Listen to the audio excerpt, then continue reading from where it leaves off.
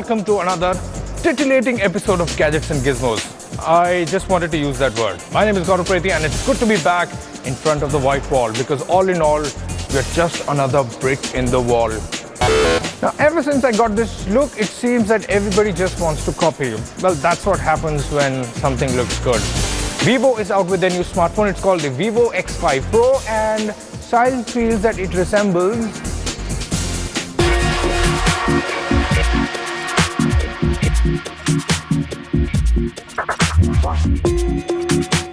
You know what? The iPhone has done a lot for smartphone design. In fact, so much so that almost every second company seems to replicate the design of the iPhone.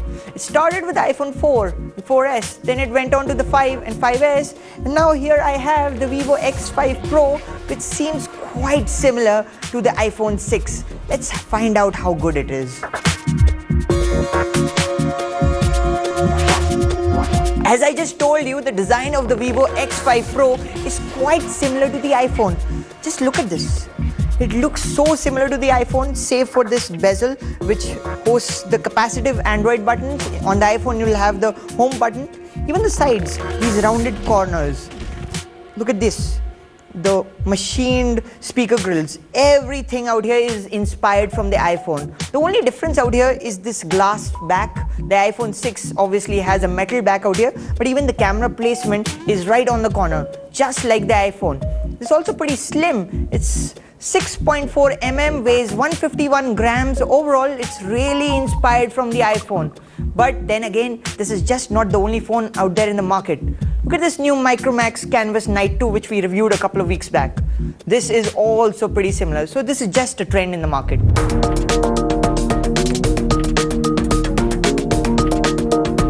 Even with the software on this phone, you'll think that this is running iOS. Well, Vivo has customized the heck out of Android out here. Yes, it's running Android Lollipop, but you won't think it's running Android. It looks almost identical to iOS. So much so, if you swipe upwards and you get this menu, it's a shortcut menu, which is quasi-multitasking, and you will have some shortcuts out here.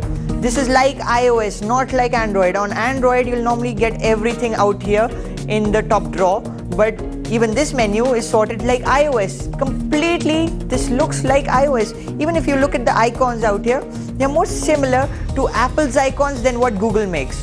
Overall, this is aping iOS design language, which is not too bad because for elder folk, this is not too difficult to use. It's actually quite simple.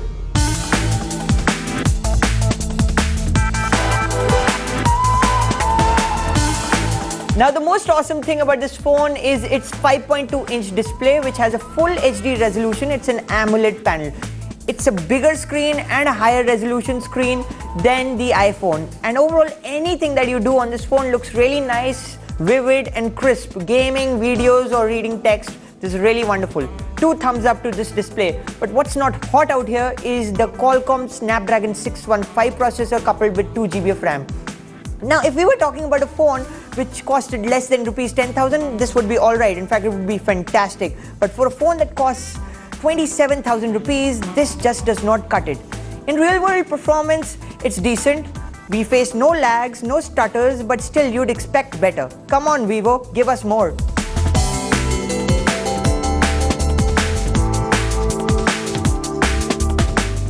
Now, I've been testing this phone quite extensively. On the back, it has a 13 megapixel camera, and on the front, it has an 8 megapixel camera. If you're really serious about photography and really care about the quality of photos that your phone delivers, then this phone will truly disappoint you. Because the rear camera, even though the imaging hardware out here is quite potent, it has a massive white balance issue, and almost every image that comes out seems like it's an HDR photo. In low light, the quality of the photos really tank, and you just miss a lot of detail. It's really disappointing, this performance, and we have seen this before in older Vivo phones. On the front, the 8 megapixel camera is surprisingly good, and it's pretty good for selfies and also video chats. Now, this is quite a slim phone, so it's quite obvious that it'll have a pretty small battery. It only gets a 2420 mAh battery, which in all honesty only lasts about 8 hours. It's not awesome. If you think this phone is going to last you an entire day, then you're truly mistaken.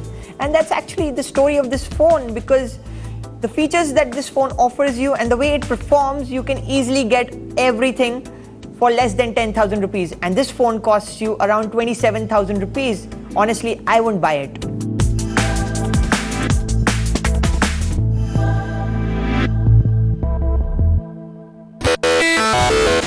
Chinese smartphone makers are coming out with smartphones that have specs and features that you would normally find in a 40,000 rupees smartphone, but not anymore. You get it all for around 20,000 rupees. That is unbelievable. Meizu is out with their new smartphone that is power-packed and yet it costs so less.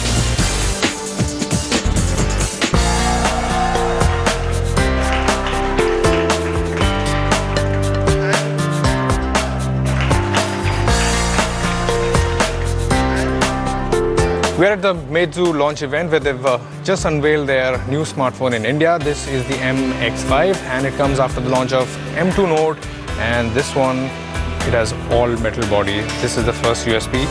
A lot has gone into the design. If you can just take a look at the video, it takes lots of hard work, drilling and shaving, and those shaved metal pieces bouncing. So yes, and this is the end product that you get. It's all metal, nice and smooth and curvy.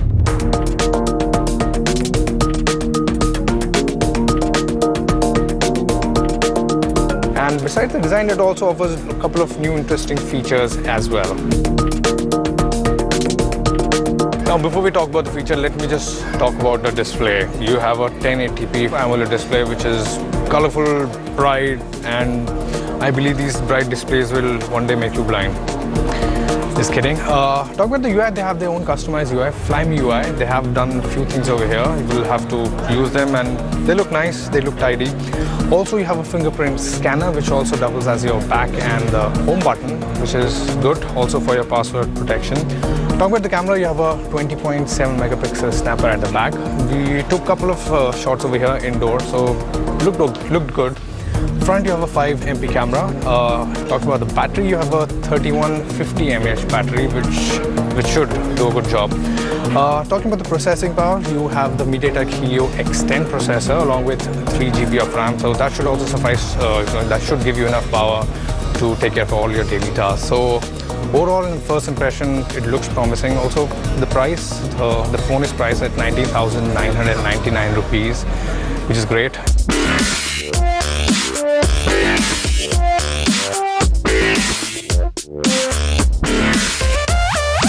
Besides the big flagship, the MX5, Meizu also showed off the M2 Note. The M2 Note has a 5.5-inch display with a FHD or 1080p screen resolution. And given the cheaper pricing of Rs 9,999, it's a reasonable trade-off. There's a 13 megapixel camera on the back and a 5 megapixel camera on the front, both of which seem to take good photos on first impression. The phone runs on Android Lollipop with Meizu's customized UI called Flyme. Big deal has been made with the so-called M-Back button. The phone features an 8-core MediaTek chipset clocked at 1.3 GHz paired with 2 GB of RAM, and from the little time we spent with it, we didn't encounter any lags or stutters, but we will reserve final judgment for a full review.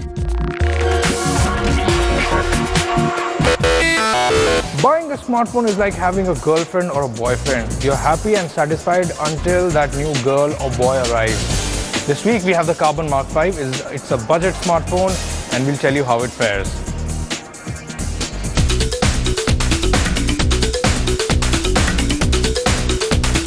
Last week, one of our fans sent us this heartfelt video. Just take a look at it.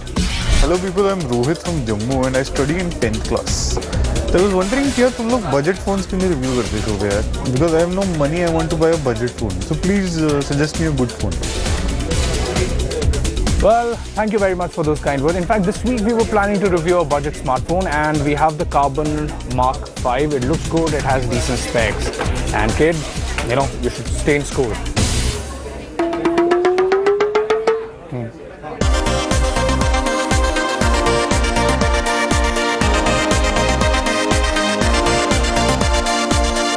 Now powering the device is a 1.3 GHz MediaTek MT6582 processor along with 2 GB of RAM. Now it's a good combination. All your daily tasks will be taken care of quite nicely. You can do multitasking, surfing, open apps, and there shouldn't be any problem whatsoever. Now if you compare it to the Moto E, definitely on paper and on synthetic benchmark scores, it definitely performs way better, but it is about the overall experience, and this phone in terms of performance will not disappoint you.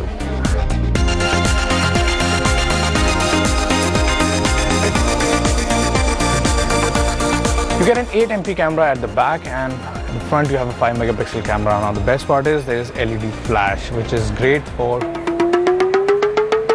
clicking selfies.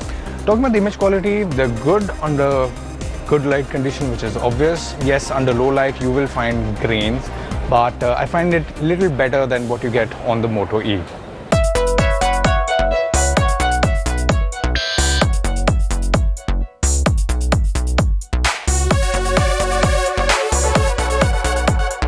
This phone is running on Android Lollipop, and if you look at the UI, it's almost stock Android, except there are too many pre-installed apps.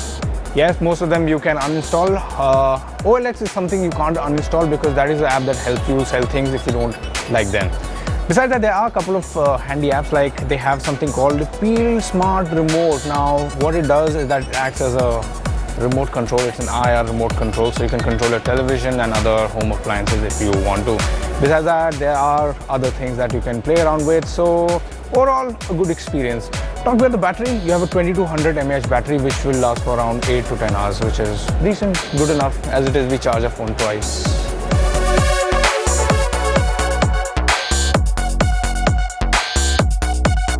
Now the reason we'll buy the Carbon Mark 5 is of course for its design, which I must say is decent. Its display, which is 720p, which is bright. Performance not, but then camera, that also does a decent camera does a decent job. Battery is somewhat of a disappointment. It's not at par. Competition is in the form of the Redmi 2. You also have the Redmi 2 Prime. You'll have to pay 1000 extra for that. But then overall, I would say Carbon Mark 5 is a decent buy.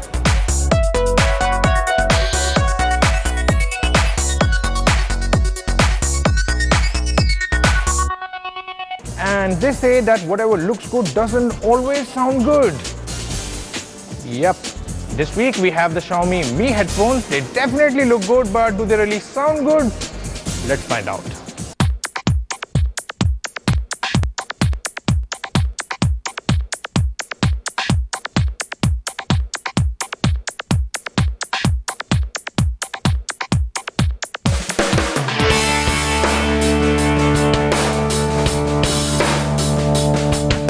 Sorry, I was kind of lost in the music because I've been testing these pretty awesome headphones for the last week or so.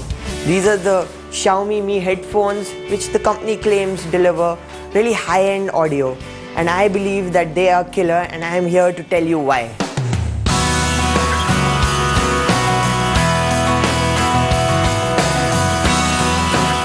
Now the premise behind these headphones is for Xiaomi to provide a really premium experience in terms of design and performance, especially when compared to brands like Bose, Beats or Sennheiser, but for a fraction of the cost. This is a typical ploy that Xiaomi uses. It's a ploy that's used for its smartphones, and now it's bringing it to its headphones.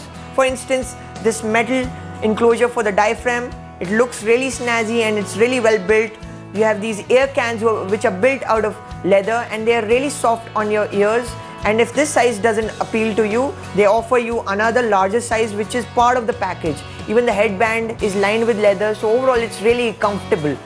But the details are really insane. For instance, you get this nylon cable, which you won't even get with a Bose, you won't get with a Beats.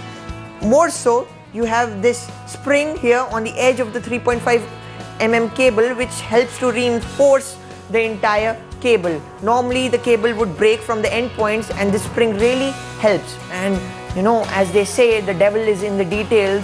Xiaomi has clearly paid a lot of attention to detail. The build quality of the product is absolutely fantastic.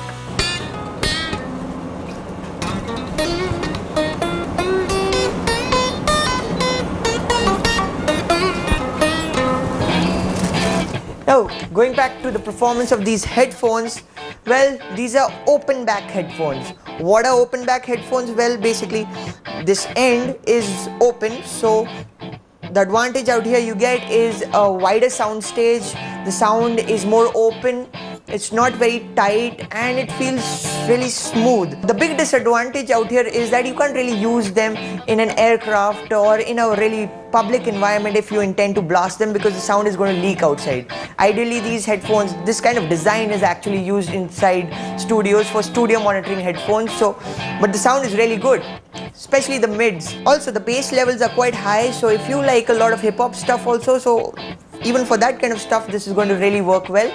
Only when it comes down to the treble levels, where you have a lot of sharp instruments or really sharp vocals, this may be a little underwhelming, but overall the performance is really admirable. It's on par with, say, a Bose or a Sennheiser. In fact, for me, this is vastly better than a Beats, which would probably cost you a bomb, and this would cost you a smidgen. Overall, this is a really good product.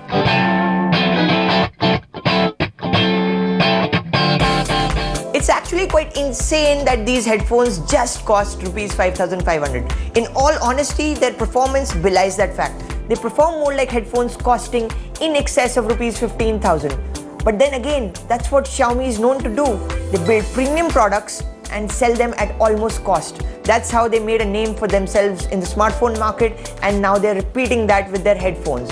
It's a no-brainer to recommend these headphones if you really care about the quality of sound that you're listening to. The only problem would be if you're going to be traveling a lot and you want something that has noise cancellation, and additionally, because of the open back design, there's going to be a lot of sound leakage. Otherwise, just go for them.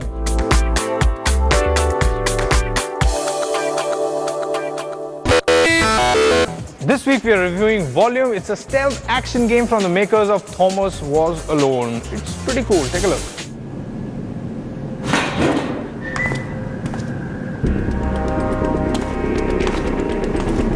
People of England, the devil walks in our midst. Volume is a stealth action game developed by Mike Bethel, who is known for the minimalist platformer Thomas Was Alone. The presentation of the game is a calculated retread to the days of the original Metal Gear Solid, more specifically the VR missions. The world you inhabit exists as a wireframe, a holographic simulation that serves as a playground that you must navigate as you complete objectives. Parts of the world seemingly break away and reform as you create distractions. The levels are usually lit in an array of neon colors that are striking to look at. The minimal visual design of the game extends to the enemies or pawns as they are referred to in-game. The futuristic minimalist visual style serves the game well, allowing the game to play to its strengths, which are its superb stealth mechanics. Volume also contains an interesting if slightly flawed storyline. You play as Robert Locksley, a hacker who steals data from a tyrannical conglomerate called Gizmo, and then distributes the data to the people while slowly taking the control of the city away from the tyrant. It's a modern-day Robin Hood tale, but it never quite seems to rise up to the epic proportions it promises. Humor, on the other hand, is ever present and deftly handled with a very English hue to the jokes. You don't mess around, eh? Sorry, I'm being rude, aren't I? Not at all. Welcome to the Volume. I represent the current high bar of Gisborne Industries training technology. Full volumetric projection in a 31 by 31 meter square. Aside from a cool mask, your character possesses no offensive capabilities. To conquer the world of Volume, you will need to outwit and sneak past the pawns in the level. There are a variety of gadgets at your disposal, which you are gradually introduced to at a measured pace to keep things fresh. Your score on the time it takes to complete a level, offering speedrunners an incentive to replay the game to get a perfect score. The levels themselves are bite-sized, never overstaying their welcome. There are online leaderboards as well, which allow you to compete for best time with other players. After you are done dissecting the game's 100 or so levels, there's also a level editor you can tinker with to create your own or download other players' creations, adding to the replayability of the game. Volume smartly strips stealth down to its rawest essence, presenting you with challenges which require creativity and wits to overcome. Though the story falls a bit flat, there is enough here to keep you coming back for more. Alright, it's time to see what's making news in the world of technology. It's time for Tech News. Google brings new exhibits from Indian museums online. The Google Cultural Institute, that helps the cultural community to bring the best of Indian art and culture online, this week announced that it has added 10 new partner institutions to digitize and share their content via its platform. This announcement adds over 2,000 new images and 70 virtual exhibits to Google platform. Facebook sets milestone. It reaches 1 billion users in one day. Setting a new milestone in social media connectivity, 1 billion people from around the world flocked to Facebook in a single day. The highest ever. The social network firm has become second most trafficked website globally. Apple may launch new iPhones at September 9th event. Apple has sent invitation to journalists for the September 9th event, where it is expected to unveil new iPhones and potentially a new version of its Apple TV set-top box. The company traditionally announces its new iPhones in September. Apple is expected to unveil the new iPhone 6s and the 6 Plus S. Pentagon teams up with Apple Boeing to develop wearable tech. US Defense Secretary Ash Carter awarded $75 million to help consortium of high-tech firms and researchers to develop electronic systems packed with sensors flexible enough to be worn by soldiers or molded onto the skin of a plane. And Usain Bolt gets mowed down by a cameraman on Segway after winning the gold in 200 meters.